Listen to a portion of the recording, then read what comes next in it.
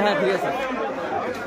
আচ্ছা, এখানে আমরা দেখতে পাচ্ছি ছাত্র দলের সাথে এখনো আমাদের মুখোমুখি সংঘর্ষ চলতেছে।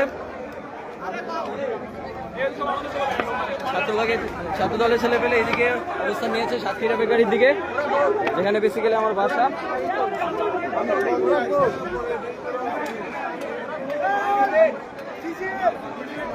এখন এই ইট পাটকেল নিক্ষেপ চলতেছে।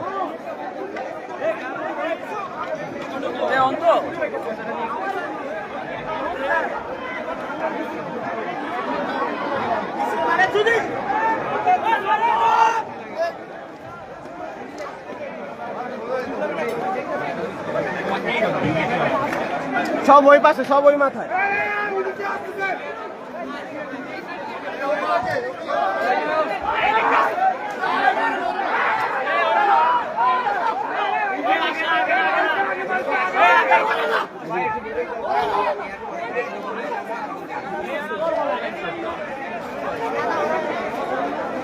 তোর হঠাৎ ডিপার্টমেন্টে তোরা কইলাম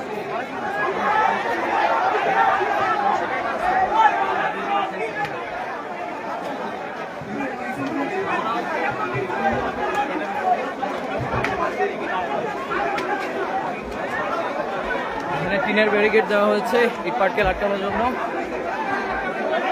এদিকে এখনো মুখোমুখি সংঘর্ষ চলতেছে।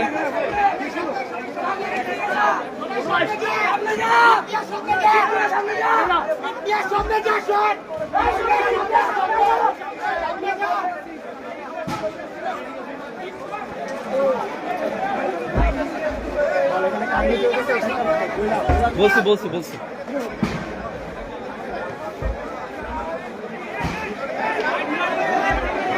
তো আপনারা বর্তমান যেটা দেখতে পাচ্ছেন, কুয়েটের ছাত্র দলের প্রবেশের জন্য এই আন্দোলনটি করা হচ্ছে বেসিক্যালি। তো সে কারণে ছাত্রদল এবং সাধারণ শিক্ষার্থীর মধ্যে এখনো সংঘর্ষ চলমান।